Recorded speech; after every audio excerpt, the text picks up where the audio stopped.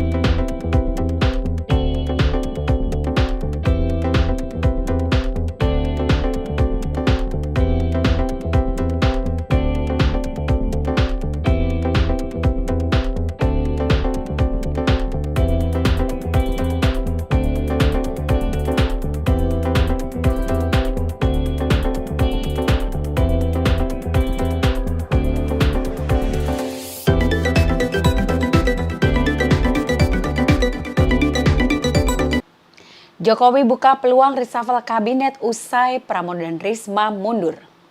Saudara, Presiden Joko Widodo membuka peluang untuk kabinet setelah dua orang menteri Kabinet Indonesia Maju mengajukan pengunduran dirinya.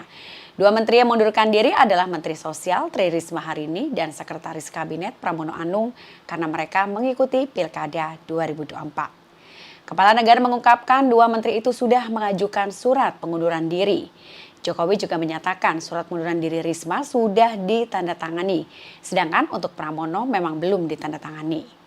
Jokowi juga sudah menerbitkan keputusan Presiden nomor 100 tahun 2024 tentang pemberhentian dengan hormat Tri Risma Harini sebagai Mensos Kabinet Indonesia Maju periode 2019 hingga 2024. Pemberhentian tersebut disertai dengan ucapan terima kasih atas pengabdian dan jasa-jasa Risma untuk bangsa dan negara selama ia memangku jabatan tersebut. Pengganti Bu Risma udah ada belum, Pak? Sudah saya tanda tangani keputusan untuk pemberhentiannya, tetapi penggantinya nanti sebentar lagi. Ya, Pak Pramono belum ya Pak? Pak Pramono belum mengundurkan diri, Pak? Sudah juga, tapi belum saya tanda tangani. Berarti dari reshuffle dan mengundurkan? Ya bisa. Mantan wali kota Filipina kabur ke Indonesia usai dituduh memata-matai Cina.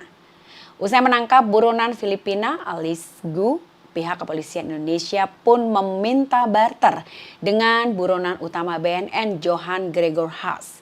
Kepala Divisi Hubungan Internasional Irjen Krisnamurti pada Kamis 5 September mengatakan penyerahan Alice merupakan bagian dari pembicaraan yang sudah berlangsung antar kedua negara.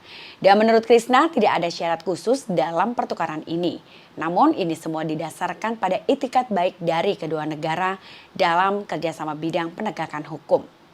Adapun Johan Gregor Haas saat ini telah ditahan oleh pihak kepolisian Filipina. Haas yang menjadi buronan utama BNN karena terlibat jaringan internasional narkoba. Diduga ia menjadi anggota kartel Sinaloa, sindikat kejahatan internasional yang berlokasi di Meksiko.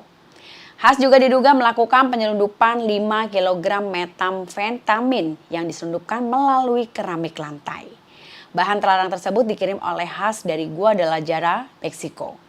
Sementara itu, Alice yang merupakan mantan wali kota Bamban menjadi buronan karena dituduh menjadi mata-mata Cina dan juga diduga terlibat pencucian uang di negaranya.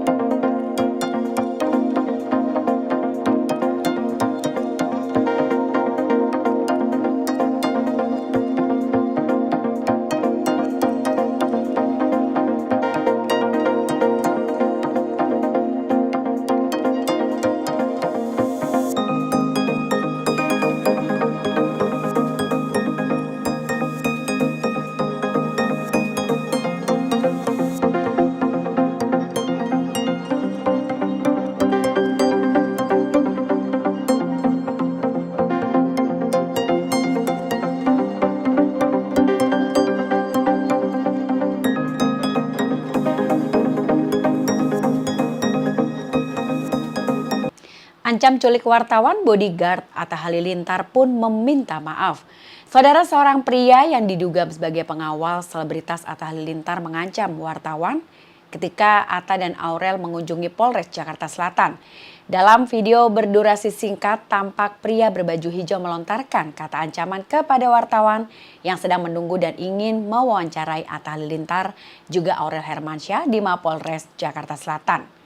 Sambil mengawal Atta dan Aurel menuruni tangga, pria itu mengatakan kepada wartawan bahwa ia tidak ingin wajahnya terpampang di kamera.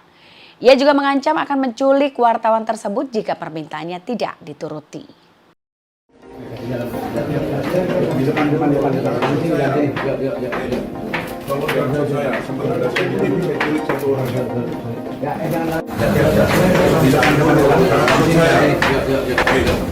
Kalau answer saya sempat ada saya di TV, saya culik 1 orang ya.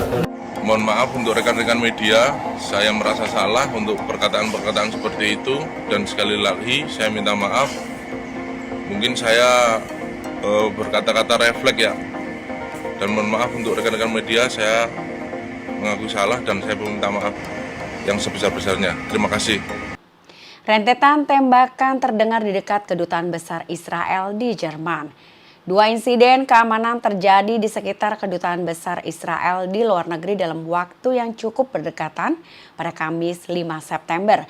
2 insiden keamanan terjadi di sekitar Kedutaan Besar Israel di luar negeri dalam waktu yang berdekatan. 2 insiden tersebut terjadi di Kedutaan Israel di Jerman dan juga Amerika Serikat. Dari Jerman, suara tembakan dilaporkan terdengar di dekat Kedutaan Israel.